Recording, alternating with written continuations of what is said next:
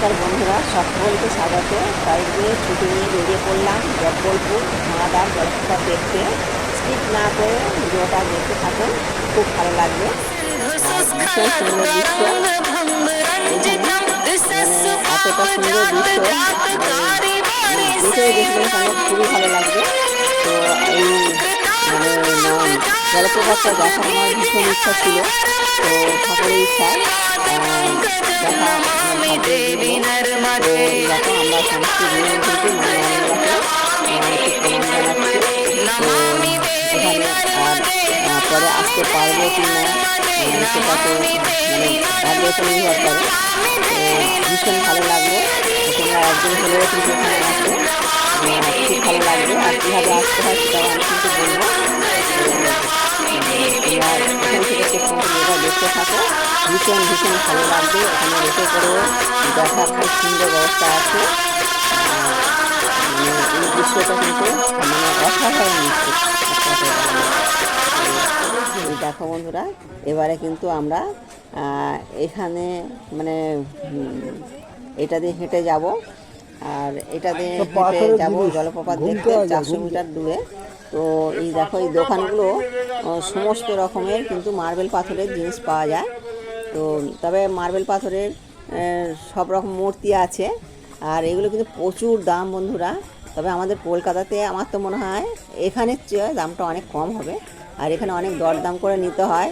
আর আমরা তো কলকাতা থেকে গিয়ে সেইভাবে দরদাম করতেও পারবো না, প্রচুর প্রচুর দাম বলছে। তো প্রয়োজনীয় কিছু জিনিস নিলাম। আর এই দেখো, এই মার্বেল পাথর রয়েছে, এই মার্বেল পাথর দিয়েই কিন্তু মূর্তিগুলো তৈরি হয় ওখানে। এই পাথর কেটে কেটে করছি, খুবই সুন্দর সুন্দর জিনিস। তো আমরা এখানে হেঁটে হেঁটে চলে এলাম। এই দেখো, জলপ্রপাত দেখতে, জলপ্রপাত ভাঁড়ার এই দেখছে ভাঁড় মতন উঠছে, তো এই জন্য কিন্তু নাম দিয়েছে জলপ্রপাত ভাঁড়ার। তো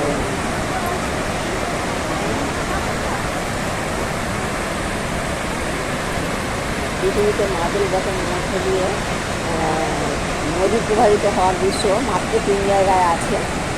3 জায়গায় দেখতে পাওয়া যায়। এই 3 জায়গার নাম আমি বলবো, যে পৃথিবীতে এই 3 জায়গায় কোন কোন জায়গাগুলো দেখতে পাওয়া যায়। যেমন হচ্ছে তাইওয়ান, বুলগেরিয়া বলে একটা জায়গা আছে, আর ভারতের এই জব্বলপুর, এই জায়গাতে একটা দেখা যায়। আর ভীষণ ভীষণ সুন্দর লাগে। আর মার্বেলের রকের বুক চিরে যেন মা নর্মদার কি হয়ে চলেছে। তো দেখতেই পাচ্ছ, অনাবর্ত এইভাবে যাচ্ছে। আর প্রচুর গরম এখানে, আর এতটাই গরম এখানে যত বেলা হবে তত রোদ আর গরম, প্রচুর গরম। তো সকালের দিকে এলে ধোঁয়াধারটা বেশ ভালোভাবে দেখা যায়। জলপ্রপাত ধোঁয়াধারটা খুব সুন্দরভাবে দেখা যায়। আর যত বেলা হবে ওই ধোঁয়াধারটা ওটা অনেকটা কমে যায়। আর এই যে এখন আমরা এসেছি 10:30, তবে আমরা অনেকটাই দেখতে পেয়েছি, ওটাও কিন্তু বেশ ভালো লাগছে। তো যদি ধরো 12:30 1টার সময় আসা যায়, কিন্তু অতটা দেখা যাবে না, তবে দেখা যাবে, একেবারেই দেখা যাবে না তা নয়, দেখা যাবে। আর সকালের দিকে এলে খুব ভালো দেখা যাবে। আমার হাজবেন্ড দেখো একটা ছবি নেবে বলে একেবারে রেডি হয়ে আছে। এখানে তো আর বারবার আসতে পারবো না, তাই একটা ছবি নিয়ে নিই। তো আমি একটা ছবি নিয়ে নিলাম। এবারে কিন্তু আমরা দুজনে একটা ছবি নেব। তো রেডি হয়ে গেলাম। আর এই যে দেখছো বন্ধুরা, এই টুপিগুলো কিন্তু ওখানে খুবই পাওয়া যায়। আর এই টুপিগুলো পরলে কিন্তু খুব একটা গরম হয় না। আর এই যে ঘাটে যে একটা অনেকটা রাউন্ড করা আছে, ওর জন্য কিন্তু ছায়াটা পড়ে তো মুখে, আর গরমটা হয় না। তো দুজনে একটা ছবি নিলাম। আমাদের সঙ্গে যে দিদিভাই গিয়েছিল, দিদিভাইও একটা ছবি নিল।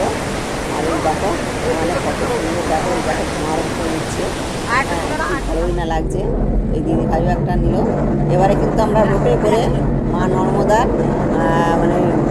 বিপরীত দিকে দেখতে যাবো। এপারটা দেখলাম, এবার ওপারটা দেখবো। ওপারের দৃশ্যটা ভীষণ সুন্দর। তো আমরা রোপে করে যাচ্ছি, রোপে 4 জন করে তো আমরা 4 জনই ছিলাম। আর 145 টাকা করে রোপেতে নেয়, তবে 145 টাকা নিই, কিন্তু বেশ রোপেতে গিয়ে আমরা অনেক কিছু দেখতে পেলাম আর ভীষণ ভালো লাগলো। আর এই যে এখানে সবুজের সমারোহ, মানে কত সুন্দর দৃশ্য, আর মানে প্রকৃতি যেন এখানে মানে কি বলবো বিরাজ করছে। আর ভীষণ ভীষণ ভালো লাগলো আর এগুলো দেখে। তো তোমরা বন্ধুরা একবার হলেও কিন্তু এখানে আসবে, খুবই ভালো লাগবে। আর মানে শরীর মন দুটোই ভালো থাকবে। আর এখানে মানে জলটা খুবই ভালো। তো আমরা এই ওপর থেকে যতটা পেরেছি দৃশ্যটা দেখিয়েছি। তো এখানে কিন্তু লোক বসতি খুব একটা বেশি নেই। তো আমরা এখানে চলে এলাম, রোপে করে চলে এলাম। এবার একটা গাড়ি নেব, তো গাড়ি করে আমরা 4 জন যাবো। আর ওই গাড়িতে 4 জন করেই ধরে। তো আমরা 4 জনে ছিলাম যেহেতু, তাহলে আমাদের ঠিকঠাক আছে। আর ওই যে গাড়ি করে মানে আমরা 4 জন ঘুরবো। যেহেতু আমরা কলকাতাতে থাকি, কিন্তু আমরা মানে পায়ে হেঁটে ভ্রমণ করার মতন আমাদের সেই শক্তিটা ভগবান দেয়নি। তার জন্য আমরা গাড়ি আমাদের নিতে হয়েছে। আর কিন্তু নর্মদা পরিক্রমা করার জন্যে প্রচুর প্রচুর লোক মানে ভক্তরা আর কি বেরিয়ে পড়েছে নর্মদা পরিক্রমা করার জন্যে। তবে এই যে নর্মদা পরিক্রমা করা যে কতটা মানে পূর্ণ, সেটা মানে বলে বোঝানো যাবে না। কিন্তু সাধু সন্ন্যাসীরা তো নর্মদা পরিক্রমা করেই পায়ে হেঁটে। আর এরা মানে এই যে এই 2 দাদাভাই যাচ্ছে, আরও অনেকেই যাচ্ছে। তো এরা কিন্তু আশ্রম আছে, ওই আশ্রমগুলোতে সেবা নেয়, মানে সেবা দেওয়ার জন্য সবাই প্রস্তুতি হয়ে থাকে। এরা ওই আশ্রমগুলোতে সেবা নেয় বা।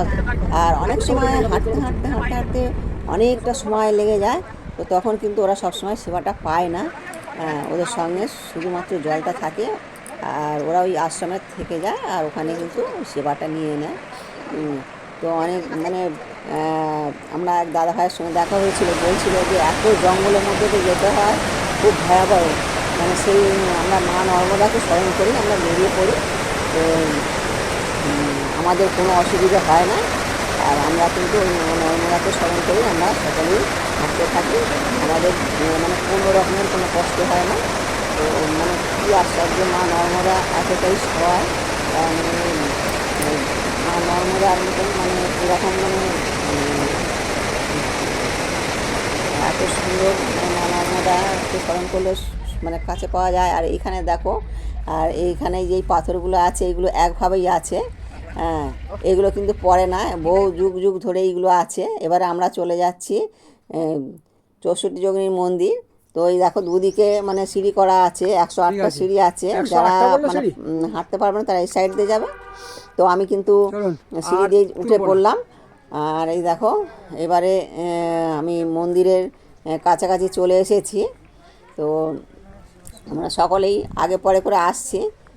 আর মন্দিরে ইয়ে যাওয়ার জন্য আরও এক দাদা আসছে, তো আমাদের সঙ্গেই ওই দাদাভাই গিয়েছিলেন। তো এবারে আমি গেটের ভিতরে ঢুকে গেলাম।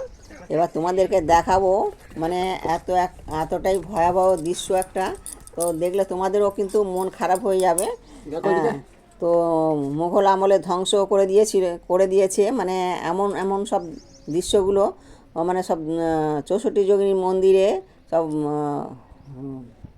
এই দেখো 64 যোগিনীকে মানে এই মূর্তিগুলো এত সুন্দর দেখতে ছিল, মানে এগুলোকে মুঘল আমলে ধ্বংস করে দিয়েছে। আর যে একটা বড় শিবলিঙ্গ আছে সেটাকেও কিন্তু ধ্বংস করার চেষ্টা করেছিল, সেটা কিন্তু ধ্বংস করতে পারেনি। আর শিব যেহেতু আমাদের সহায় আছে, তা এতটাই সহজ নয় যে ধ্বংস করবে। আর আমি এই যে মন্দিরটা দেখাচ্ছি মূল মন্দির, এই যে এই শিবলিঙ্গটা ধ্বংস করতে চেষ্টা করেছিল। এই দেখো ফাটা আছে।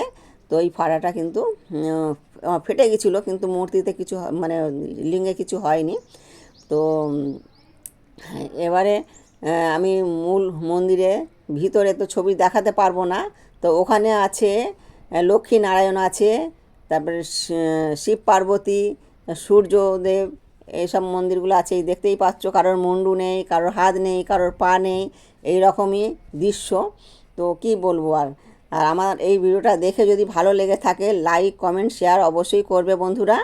তো এই পরবর্তী ভিডিও নিয়ে চলে আসবো অঙ্করেশ্বর মন্দির, উজ্জয়িনী আর কালভৈরব মন্দির, সন্দীপনীর আশ্রম, এইসবগুলো দেখাবো তোমাদেরকে। তোমরা অপেক্ষায় থাকো, আমি ভিডিওটা খুব তাড়াতাড়ি ছাড়বো। তো ভিডিওটা এখানেই আমি শেষ করছি। তো তোমরা ভালো থাকবে, সুস্থ থাকবে, সাবধানে থাকবে, আর বেশি বেশি করে আমার ভিডিও দেখতে থাকবে, আর আমি ভালো ভালো ভিডিও ছাড়তে থাকবো। তো ভিডিওটা এখানেই শেষ করলাম।